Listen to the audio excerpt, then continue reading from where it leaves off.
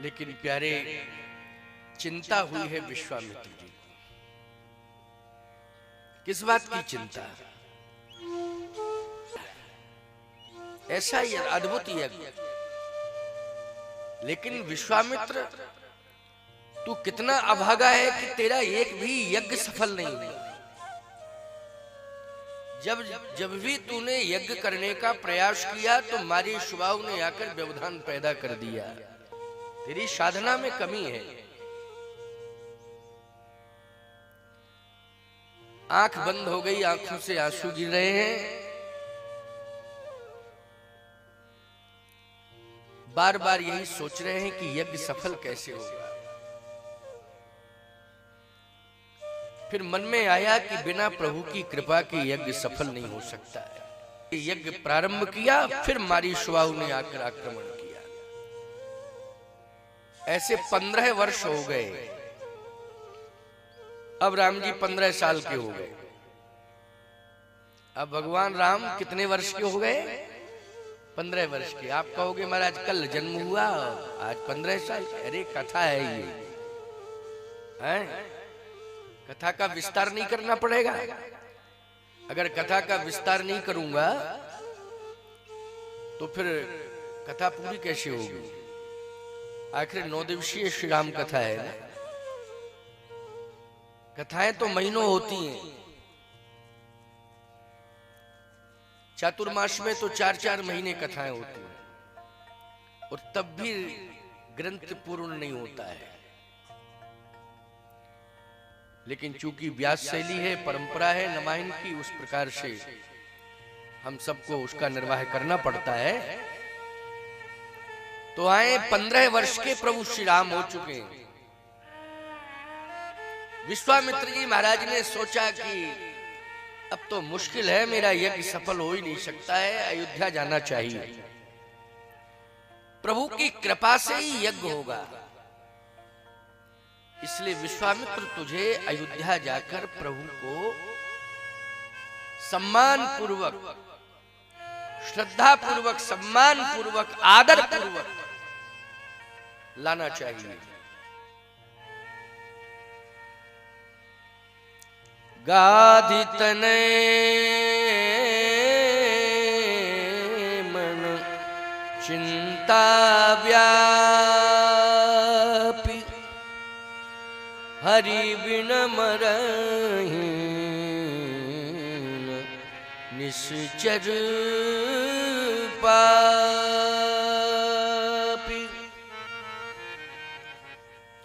तब मुनि बर मन कीन विचारा, प्रभु अवतरे हरन मही भारा। विचार किया कि प्रभु अवतरे हरन मही भारा। जाकर नाम सुनद सो होई, मोरे ग्रह आवा प्रभु सोई। प्रभु अवतरे हरन मही भारा। प्रभु का अवतार तो अवध में हो गया, इसलिए हरन मही भारा, पृथ्वी का भार हटाने के लिए ही प्रभु का अवतार हुआ।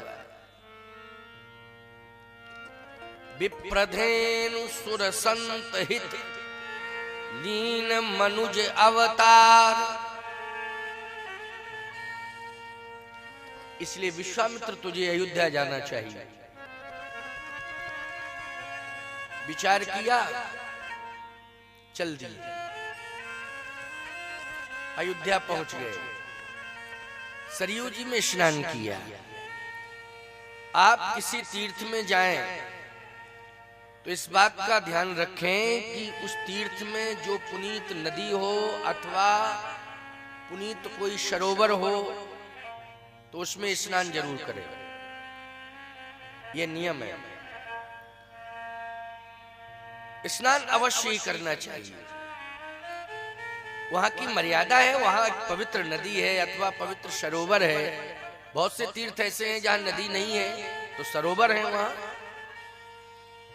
जहां सरोवर है वहां सरोवर में स्नान करिए, जहां पवित्र नदी है वहां पवित्र नदी में स्नान करिए। कितनी दिव्य सरयू नदी, वाह! उत्तर दिश सरजू वही पावन। विश्वामित्र जी महाराज ने जैसे ही अयोध्या में प्रवेश किया तो सबसे पहले सरयू नदी में स्नान किया। बहुविधि करत मनोरथ जात लाग नहीं बार। कर मज्जन सरयू जल गए भूप दरबार। कर मज्जन सरयू जल, स्नान किया सरयू जी में, गए भूप दरबार। तब महाराज श्री दशरथ के महल में प्रवेश किया। जब स्नान कर लिया, एक उत्तम बात महत्वपूर्ण, परमात्मा को जब भी प्राप्त करने की इच्छा हो कि मुझे ईश्वर को प्राप्त करना है, तो सबसे पहले दैन्य भाव आ जाना चाहिए। बिना दैन्य भाव के ईश्वर की प्राप्ति हो नहीं सकती। समर्पण आना चाहिए। विश्वामित्र जी अयोध्या तो पहले भी गए, लेकिन इस बार जब गए हैं तो दैन्य भाव लेकर के गए। समर्पण का भाव लेकर गए। बहुविध करत मनोरथ जात लाग नहीं बार। कर मज्जन सरयू जल गयो भूप दरबार। अच्छा, इसके पहले की चौपाई आप समझ लें जरा। येहू मिश दे खहु पद जाई।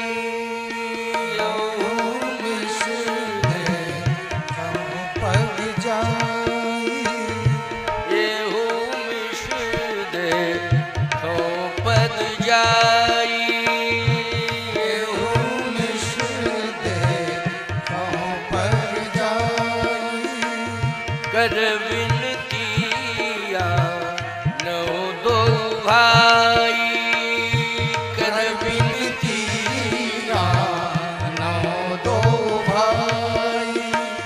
कर विनतिया नौ दो भाई। कर विनतिया नौ दो भाई। कर विनतिया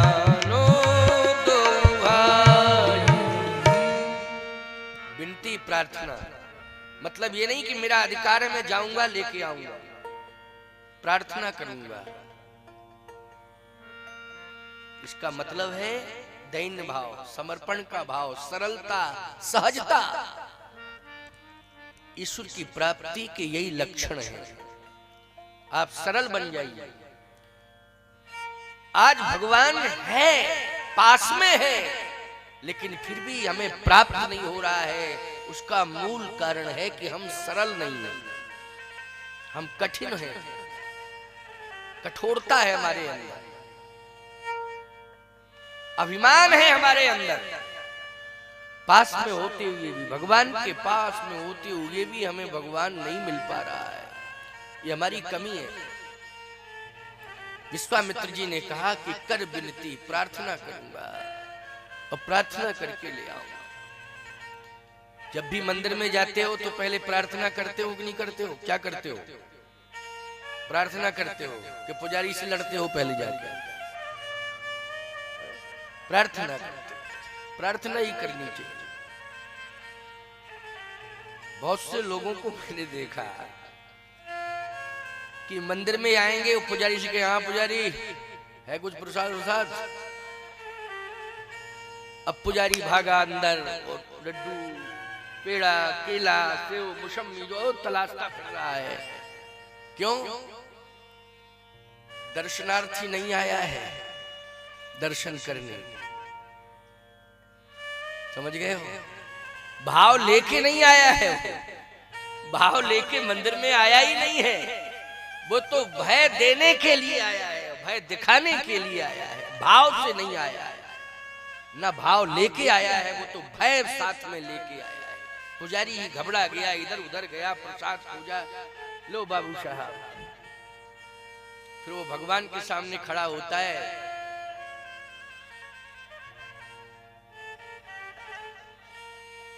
लिया प्रसाद हो। अरे ये तू भक्त है कि लंगूर है, क्या है?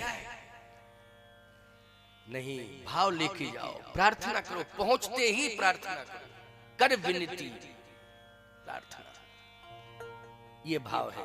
विश्वामित्र जी महाराज ने यही संकल्प लिया और जैसे पहुंचे बहुविधि करत मनोरथ। दशरथ जी को पता चला तो दौड़ पड़े। मुनि आगमन सुना जब राजा, मिलन गए विप्र समाजा, कर दंडवत मुनि सन्मानी। सम्मान दिया सबसे पहले, और ऐसा वैसा सम्मान नहीं दिया, सिंहासन ही दे दिया सम्मान। कर दंडवत मुनि सन्मानी, निज आसन बैठा रहे आनी। निज आसन का अर्थ है सिंहासन। आसन अलग है, निज आसन अलग है। निज आसन मानी सिंहासन दिया। सिंहासन ऐसे दिया जाता है क्या? जब श्री राम जी को सिंहासन देने का मन बनाया तो समस्त तीर्थों से जल मंगाया, समस्त संतों को आमंत्रित किया, बहुत बड़ी योजना तैयार की। इतना सब करने के बाद भी श्री राम को सिंहासन नहीं दे पाए। लेकिन जैसे ही विश्वामित्र जी आए, कोई योजना ही नहीं, सीधा सिंहासन।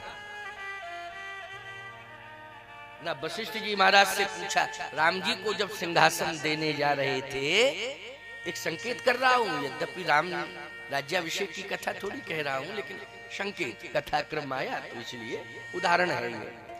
जब प्रभु राम को सिंहासन देने का मन बनाया तो गुरु वशिष्ठ जी महाराज के पास गए। राज्यसभा में अयोध्या वासियों से पूछा, गुरुद्वारे में जाकर के गुरुदेव से पूछा, बेग विलंब न करिए न तो साजिए सकल समाज, सुदिन सुमंगल तमई जब राम हो युवराज। अयोध्या वासी सबके ओर अभिलाष है, कहें मनाए महेश, आप अछत युवराज पद रामई देव नरेश। लेकिन विश्वामित्र जी के आगमन पर तो न गुरुजी से पूछा, न अयोध्या वासियों से पूछा, देखते ही निज आसन बैठा रहे आनी, सीधा सिंहासन पर बिठा दिया। अच्छा एक बात बताओ, विश्वामित्र जी महाराज सिंहासन लेने गए थे कि भगवान को लेने गए थे? भगवान को लेने गए थे, सिंहासन लेने नहीं गए थे, भगवान लेने गए थे। लेकिन मिला सिंहासन। भगवान तो अभी दिखाई नहीं दे रहे, सिंहासन मिला। अच्छा, विश्वामित्र जी ने भी शायद ध्यान नहीं दिया, वो बैठे ही गए। नहीं तो कह देते हम सिंहासन लेने नहीं आए, हमको तो भगवान चाहिए। वो पता नहीं क्या मूड, कहे महाराज बैठिए बैठो, एकदम बैठ गए। मुझे ऐसा लगता है कि उन्होंने सिंहासन देखा ही नहीं, ना ये देखा कि मुझे कहां बिठा रहे हैं। इतने भावुक होके गए, इतने भावुक होके गए प्यारे। सत्य तो ये है कि जब विदुर जी के घर भगवान पधारे तो विदुरानी जी ये समझ ही नहीं पाई कि मैं क्या खिला रही हूं। अरे केला का सार भाग खिला रही हूं कि ऊपर का छिलका खिला रही हूं? क्यों भाई? अच्छा एक बात बताओ, तुम लोगों को केला मिल जाए तो ऊपर का जो छिलका होता है उसको बाहर कर देते हो, अंदर का जो मूल सार भाग होता है उसको ग्रहण करते हो। क्यों भाई, यही करते हो कि नहीं करते हो? कि मैं छिलका के खा जाते हो? एक सज्जन हमसे बोल पड़े, बोले महाराज जी हमको तो केला मिलता है तो हम तो देखते ही नहीं है, खा जाते हैं। हमने कहा ऊपर का छिलका? बोले हम तो बस मिला और खाया। हमने कहा तुझे अगर पेड़ मिल जाए केले का तो तू पेड़ ही खा जाएगा। पेड़ मिलता नहीं है, नहीं मैं पेड़ के खा जाए केला? ये कह महाराज ठीक है, मेरी अपनी भावना, मैं छोड़ता नहीं। मैं खा जाता क्योंकि प्रसाद में मिला है। मैंने कहा हम तुझे नारियल दे रहे हैं, मैं डकुलिया के, तो बहुत भावुक है तेरे दांत। हमने कहा तेरे हाथी को भी चैलेंज कर रहे होंगे तेरे दांत। मैं डकुलिया के जो है वो होता है ना नारियल श्रीफल, हमने कहा हम दे रहे हैं, लिखा प्रसाद में दांत। हमने कहा अच्छा इसमें दांतों की बात आ गई। देखो भावुक हो लेकिन संयमित तो संतुलित हो। भावुकता संतुलित होनी चाहिए। बोलो होनी चाहिए कि नहीं होनी चाहिए है? अच्छा एक बात बताओ, प्रणाम करना है तुम्हें, ठीक है बहुत अच्छी बात है, साष्टांग प्रणाम करो। ऐसा प्रणाम किया जाता कि पैर पकड़ के पटक दो? ऐसा प्रणाम किया जाता है? बहुत से लोग प्रणाम की श्रृंखला में खड़े होते हैं तो प्रणाम करने वालों की तो लाइन लगती है, लेकिन जो प्रणाम करवा रहा है उसके सामने बड़ी मुसीबत खड़ी हो जाती है। अगर शिष्य लोग न पकड़े तो स्थिति ही खराब हो जाए। भैया भावुक होना तो ठीक है, लेकिन संयम बरतो। क्या बरतना चाहिए? संयम, विचार करना चाहिए। यहां विश्वामित्र जी महाराज सिंहासन को देख ही नहीं रहे। दशरथ जी महाराज विचार कर रहे हैं कि विश्वामित्र जी को हम कहां बिठाएं। तो तत्काल मन में यह आया कि सिंहासन पर ही बिठाओ।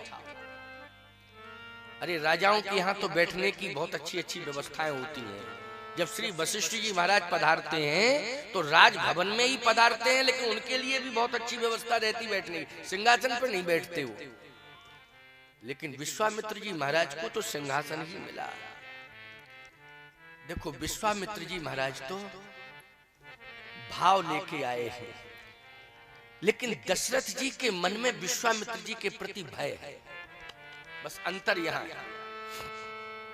विश्वामित्र जी महाराज क्या लेके आए हैं? भाव लेके आए हैं। वो भय लेके नहीं आए अपने साथ, ना भय दिखाने के लिए आए हैं। वो तो भाव लेके बहुविधि करत मनोरथ जात लाग नहीं बार।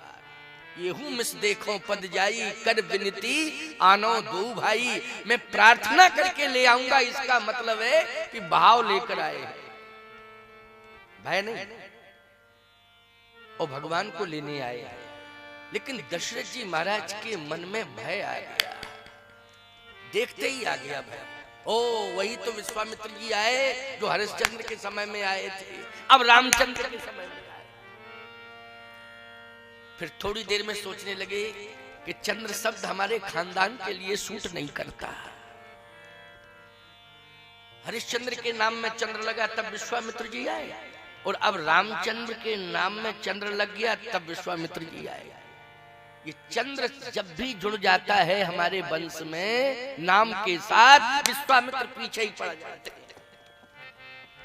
ये हुआ है रामचंद्र। राम के नाम में चंद्र जुड़ा और विश्वामित्र जी तुरंत आ गए।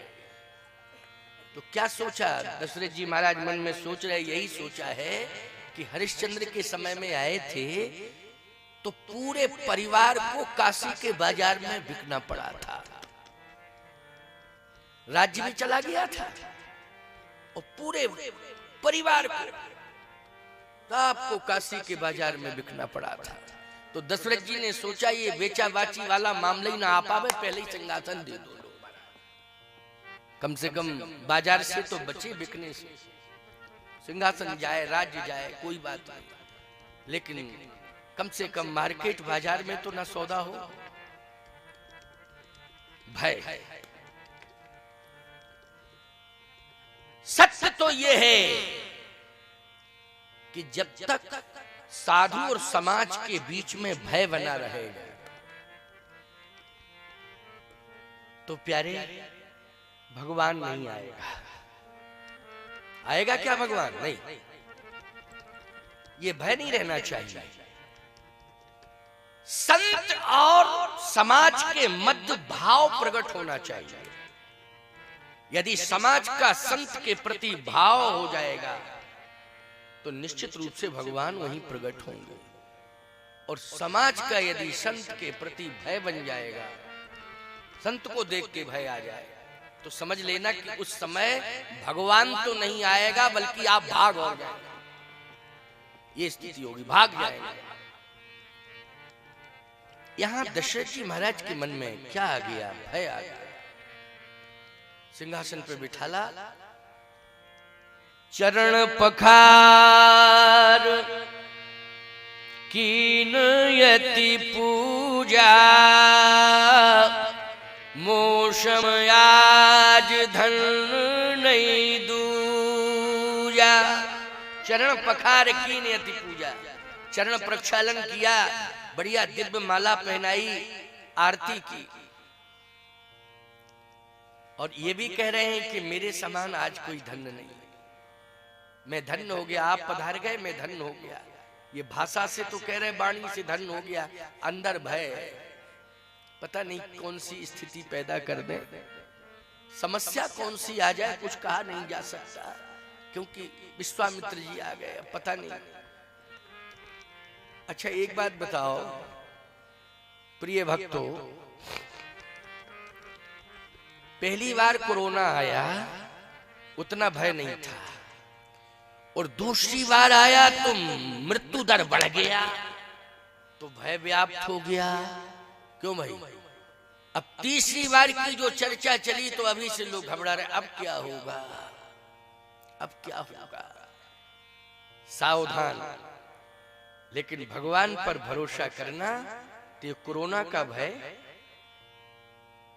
तुम्हें सताएगा ही नहीं, भगवान पर भरोसा करो। सरकार का इंतजाम अपनी जगह है, हर राज्य में इंतजाम हो गया है, पूरी तरह से हर राज्य की सरकारें सजग हैं, लेकिन फिर भी प्यारे, हमें अगर भय मुक्त होना है, इस महामारी से भय मुक्त होना है, तो हमें मुख्य रूप से भरोसा किस पर करना पड़ेगा? भगवान पर भरोसा करना पड़ेगा। नासे रोग हरे सब पीरा, जपत निरंतर हनुमत बीरा। भगवान पर भरोसा करो। महाराज श्री दशरथ ये सोच रहे थे, मोरे ग्रह आवा प्रभु सोई, यहां भगवान मान रहे हैं राम जी को, लेकिन विश्वामित्र जी जब आए तो 15 साल में भावना बदल गई। जब जन्म हुआ था तब तो मोरे ग्रह आवा प्रभु सोई, परमानंद पूर्वमन राजा, कहा बुलाए बजावो बाजा, लेकिन 15 साल बाद भावना बदल गई।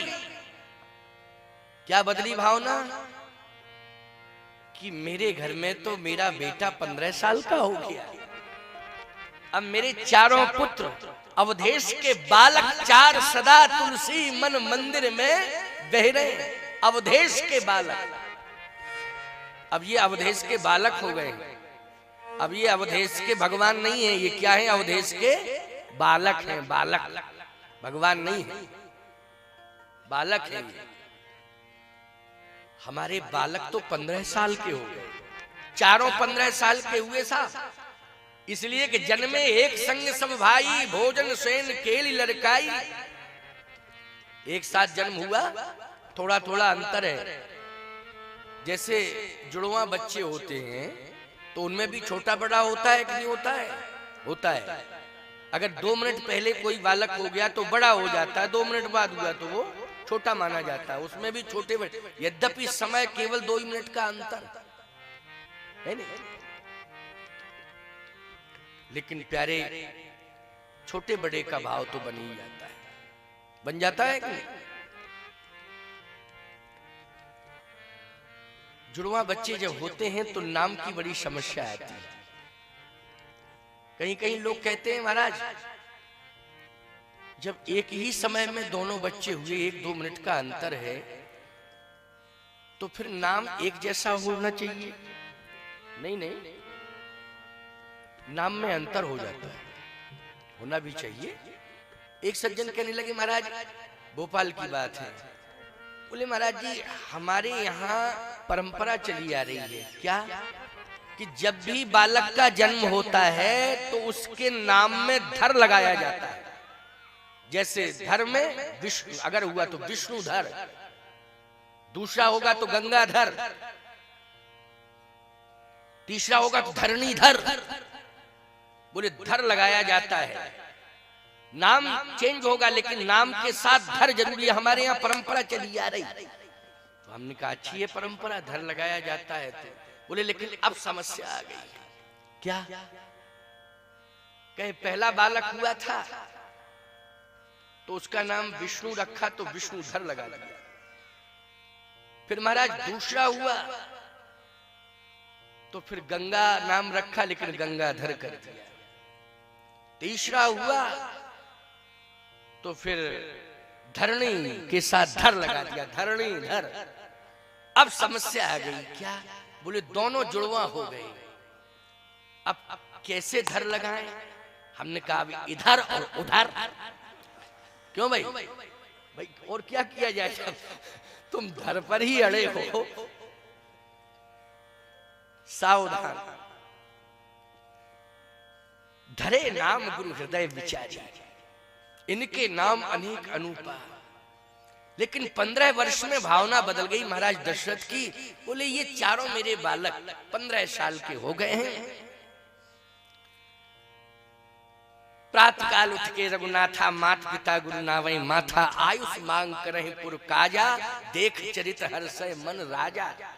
15 वर्ष की अवस्था में भगवान राम ने इतनी जनप्रियता हासिल कर ली कि महाराज श्री दशरथ अपने पुत्र की प्रशंसा जब सुनते हैं प्रजा से तो गदगद हो जाते हैं। और पूरी प्रजा ये कह रही है अयोध्या की कि महाराज राम का तो कहना ही क्या, लेकिन भरत लक्ष्मण शत्रुघ्न अद्भुत अद्वितीय है। धन्य है आपके भाग, अवधेश के बालक चार सदा, तुलसी मन मंदिर में बह रहे। अब तो दशरथ जी प्रसन्न हो रहे हैं। पुत्र अगर अच्छा कार्य करता है तो माता पिता प्रसन्न होते हैं। शिष्य अगर अच्छा कार्य करता है तो गुरु प्रसन्न होता है। बोलो, भक्त अगर अच्छा कार्य करता है तो भगवान प्रसन्न होता है। भगवान प्रसन्न होता है, वाह हमारे भक्त कितना अच्छा कार्य कर रहे हैं। इसलिए इन हाथों से अच्छा कार्य, सतत अच्छा कार्य। गलतियां सबसे होती हैं, ऐसी बात नहीं है। ये शरीर है मनुष्य का, गुण दोष से बना हुआ है। ये चैलेंज नहीं किया जा सकता है कि इसमें गुण ही गुण है, दोष नहीं। ये तो केवल ईश्वर ऐसा है जिसमें मात्र गुण ही गुण पाए जाते हैं, कहीं दोष है ही नहीं। ईश्वर में कहीं दोष नहीं, गुण ही गुण है, केवल ईश्वर। बाकी अगर मनुष्य है तो गुण और दोष, बस इतना अंतर है कि गुण की अधिकता ज्यादा होती है, दोष कम होते हैं। अच्छा, दोष जब आते हैं तो भजन के प्रभाव से दूर हो जाते हैं, प्रायश्चित कर लिया जाता है तो दोषों से छुटकारा मिल जाता है। लेकिन दोष आए ना, ये गारंटी नहीं, ये चैलेंज नहीं किया जा सकता है। कोई करता है तो गलत है। यही तो अभिमान है, यही अभिमान है। अपने दोषों को स्वीकार न करना ही अभिमान है। अपनी गलती को स्वीकार करो, अपनी कमी को स्वीकार करो। स्वीकार करोगे तभी तो उनसे छुटकारा मिलेगा। संशोधन करोगे, सुधार करोगे, परिवर्तन करोगे। आइए, दशरथ जी महाराज कहते हैं विश्वामित्र जी आए, पता नहीं क्या लेने आए, भय आ गया, लेकिन वो तो भगवान लेने आए थे। अब बोल कुछ नहीं रहे, बैठे हैं, बोल नहीं रहे कुछ। आरती उतार ली, स्तुति भी कर ली, बोल कुछ नहीं रहे। दशरथ जी ने अंदर सूचना पहुंचाई कि बढ़िया सुंदर सुंदर व्यंजन तैयार करो। वहां तो रिद्धियां सिद्धियां काम करती हैं, ऐसा थोड़ी है कि व्यंजन तैयार करें तो उसमें 5 घंटे लगे। वहां तो रिद्धियां सिद्धियां काम कर रही हैं। अयोध्या में तुरंत इशारा हुआ और रिद्धियों सिद्धियों ने साहब दिव्य व्यंजन तैयार कर दिए। वाह, अन्नपूर्णा जी साक्षात प्रकट हो गई, सुंदर सुंदर दिव्य व्यंजन तैयार हो गए। विश्वामित्र जी महाराज के सामने स्वर्ण थाल में वो व्यंजन आ गए। अब सिंहासन तो मिल ही गया था, स्वर्ण थाल, सब व्यंजन रखे हैं। तुलसी दल पड़ा है। भाव व्यंजनों पर नहीं है, दृष्टि व्यंजनों पर नहीं है, दृष्टि गई तुलसी दल पर। किस पर दृष्टि गई? तुलसी दल पर। एक बात आपको बतावें, चाहे जितने व्यंजन क्यों न बन जाएं, लेकिन वो व्यर्थ हैं बिना तुलसी के। तुलसी दल छोड़ दीजिए, तुरंत भगवान को अर्पित कर दीजिए, तभी वो ग्रहण करने योग्य है, वरना सब व्यर्थ है। इसलिए तो कहता हूं कि होटल में मिठाई बनती है, लेकिन होटल की मिठाई को कोई प्रसाद नहीं कहता है। लेकिन वही होटल से आई हुई मिठाई जब मंदिर में आ जाती है और तुलसी दल पड़ जाता है, तो टाटा बिरला, डालमिया, पदमपत सिंघानिया, धीरू भाई अंबानिया लाओ, ऐसे हाथ करते हैं कि लाओ लाओ लाओ थोड़ा सा प्रसाद। बोलो, हाथ फैला देते हैं कि नहीं फैला देते हैं? क्यों? प्रसाद है ये क्या है? ये प्रसाद है, ये मैकू हलवाई, शंकर हलवाई का आइटम नहीं है। ये क्या है? प्रसाद है भगवान का। ऐसे हाथ फैलाते हैं बड़े बड़े प्रभावशाली व्यक्ति। अरे और सुनो, तपस्वी तक महात्मा ऐसे प्रसाद। तुलसी दल पड़ा है ना, किसकी महिमा है? बोलो, व्यंजन की महिमा है, मिठाई की महिमा है कि तुलसी दल की महिमा है? तुलसी दल की महिमा है। इसलिए तुलसी दल पड़ा हुआ था तो विश्वामित्र जी महाराज गदगद हो गए। क्या सोचे? बोले बस बात समझ में आ गई, क्या कि भगवान है। क्यों? तुलसी दल पड़ा हुआ है।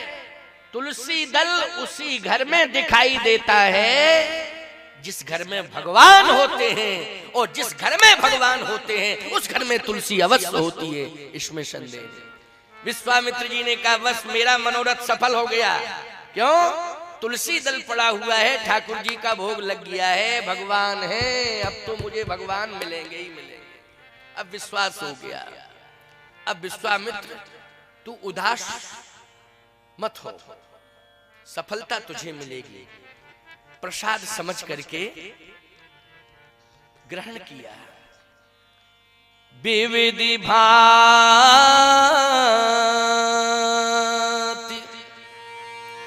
भोजन करवावा, मुनिवर हरस हृदय सुख पावा। विविधि भांति भोजन करवावा। भोजन ये भोजन नहीं, प्रसाद है। केवल भोजन ही नहीं है, प्रसाद है, महाप्रसाद है। महाप्रसाद हमारे यहाँ साधुशाही भाषा में कहते हैं चावल को महाप्रसाद, है ना? तुलसीदास जी ने ऐसा थोड़ी लिखा है कि दाल भात भोजन करवावा। कहे साधु आ गए, उन्हें दाल भात बना दो। अरे भगवान को बनाओ व्यंजन, भोग लगाओ, साधु के लिए तो प्रसाद है वो, ठाकुर जी का। आनंद आ गया। क्यों? भगवान का प्रसाद है। अब जब ग्रहण कर लिया प्रसाद, कैसा लगा महाराज? बहुत आनंद आया।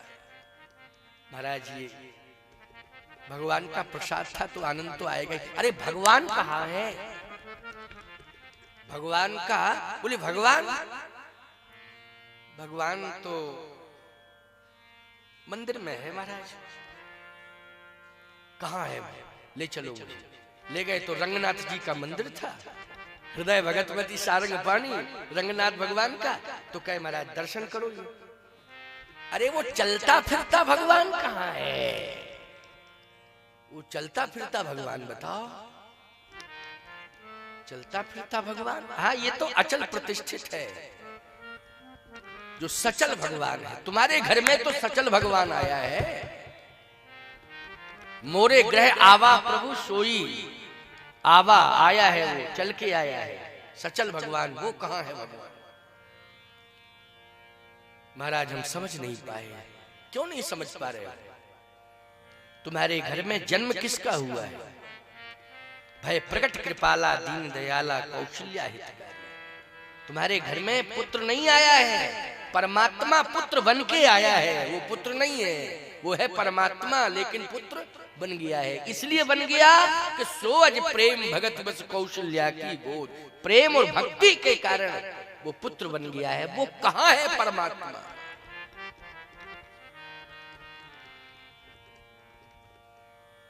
और मैंने तो स्पष्ट रूप से इस बात को जान लिया है कि वो अकेला नहीं आया है, वो अपने साथ में अपने विशेष सहयोगियों को लेके आया है, विशेष अंग उसके साथ। क्योंकि जब आश्वासन मिला था जन दर्पो मुनि सिद्ध सुरेशा, मुनि सिद्ध सुरेशा, तो मुनि कौन है? विश्वामित्र। तो मुनि नहीं, महामुनि ज्ञानी। विश्वामित्र जी बोले मैं भी सुन रहा था उस समय कि हाँ भगवान ने वचन दिया है, तो वचन दिया है वो पूरा हो गया है, इसलिए कहाँ है? तो महाराज देखता हूं कहीं खेलने मिलने के लिए गए होंगे, निकल गए होंगे। अच्छा तो अभी नहीं है?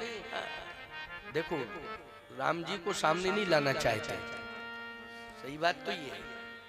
एक बात और बताएं, वैसे तो अब तुम लोग, क्योंकि अब परिवार सीमित हो गया ना, तो सीमित परिवार होने की वजह से अब बच्चों को जबरदस्ती पकड़ के लाते हो, प्रणाम करवाते हो, क्योंकि बच्चा एक ही है और महाराज समझदार हैं, समझ लेंगे कि भैया एक ही तो है वंश, तो यही चलाएगा, तो आशीर्वाद ही देंगे, ले नहीं जाएगा, मांगेंगे नहीं, आशीर्वाद देके, समझदार है महात्मा, आशीर्वाद देके चले जाएंगे। लेकिन पहले ये भाव तुम लोगों के मन में था ही नहीं कि हम दो हमारे दो, हम दो, ये भाव तो था नहीं। बोलो था क्या? ये भाव नहीं था। ठाकुर जी की कृपा से जो भी संतान आए वो सेवा के लिए है, ये भाव था। ठाकुर जी की कृपा से जो संतान आए वो किसके लिए है? सेवा के लिए। किसकी सेवा के लिए? एक घर की सेवा के लिए, एक संतों की सेवा के लिए, एक राष्ट्र की सेवा के लिए। यही भाव था कि नहीं था?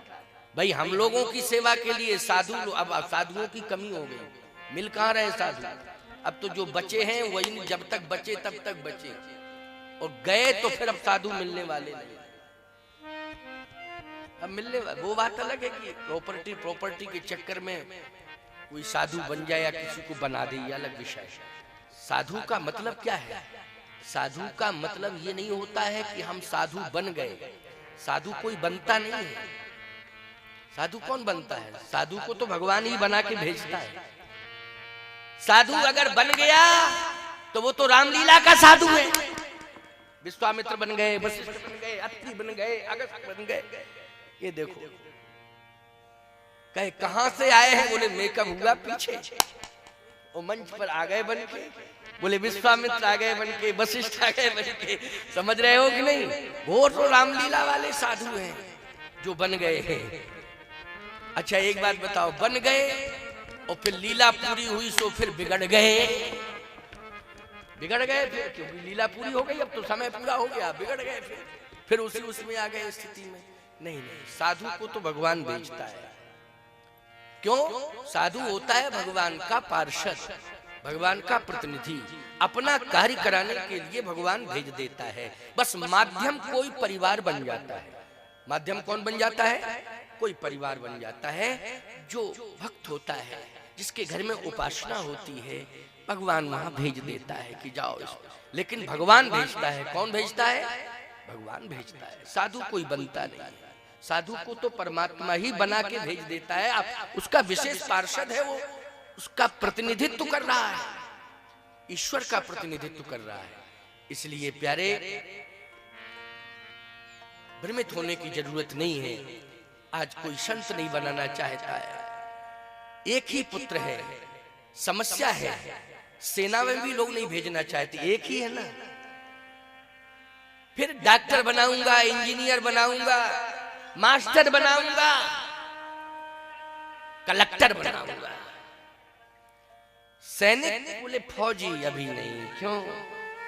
थोड़ा सा जोखिम भरी नौकरी है। खबरदार, आज पूरा देश अगर सुरक्षित है, देश और धर्म, राष्ट्र और धर्म अगर दोनों ही सुरक्षित हैं, तो संत और सैनिकों की बदौलत सुरक्षित हैं प्यारे। संतों की बदौलत धर्म सुरक्षित है और सैनिकों की वजह से राष्ट्र सुरक्षित है।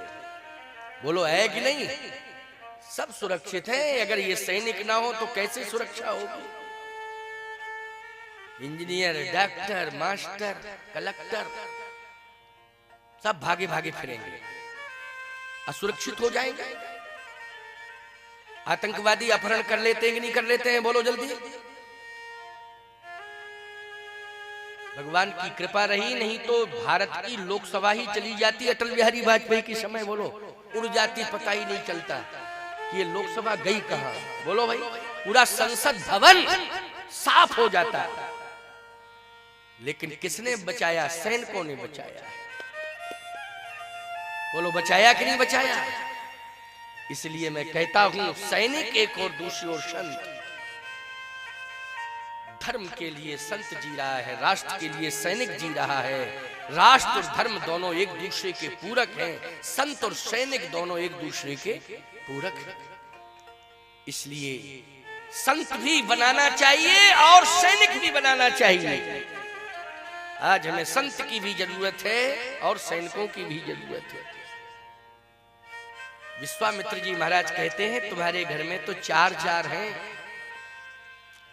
तुम भाग्यवान हो। लेकिन एक भी दिखाई नहीं दे रहा है, बुलाओ तो कहां है? कहे महाराज कहीं गए होंगे खेलने के लिए, कहीं। कहे नहीं, सत्य का आश्रय लो। कहे महाराज तो सत्य तो यही है कि मैं अभी देखता हूं। देखा तो राम, लक्ष्मण, भरत, शत्रुघ्न इन 4 को ले आए महाराज दशरथ तो चरणों में डाल दिया। पुनि चरणन में ले सुत चारी, पुनि चरणन में ले सुत चारी, पुनि चरणन में ले सुत चारी, पुनि चरणन में ले सुत चारी।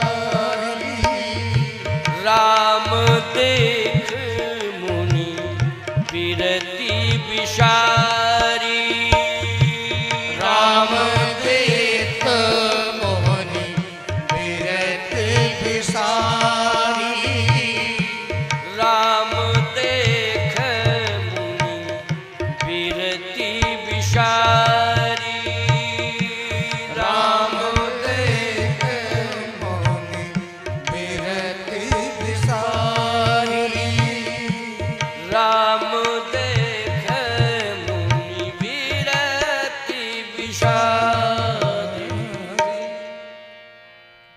चारों पुत्र चरणों में पड़े हैं, लेकिन राम को देख रहे हैं। किसे देख रहे हैं? राम को। जबकि भरत राम एक ही अनुहारी, सहिसा लख न सके नर नारी। राम और भरत एक जैसे हैं, लेकिन देख किसे रहे हैं? राम देख। भरत को नहीं देख रहे, लक्ष्मण को नहीं, शत्रुघ्न को नहीं, राम देख, राम को देख रहे हैं। लेने किसे आए हैं? कहे राम को लेने आए हैं। राम कौन है? राम ब्रह्म परमार्थ रूपा, राम ब्रह्म है, व्यापक ब्रह्म निरंजन निर्गुण विगत विनोद, सोज प्रेम भगत विष कौशल्या की गोद। इसलिए ब्रह्म को निहार रहे हैं। किसे निहार रहे हैं? ब्रह्म को।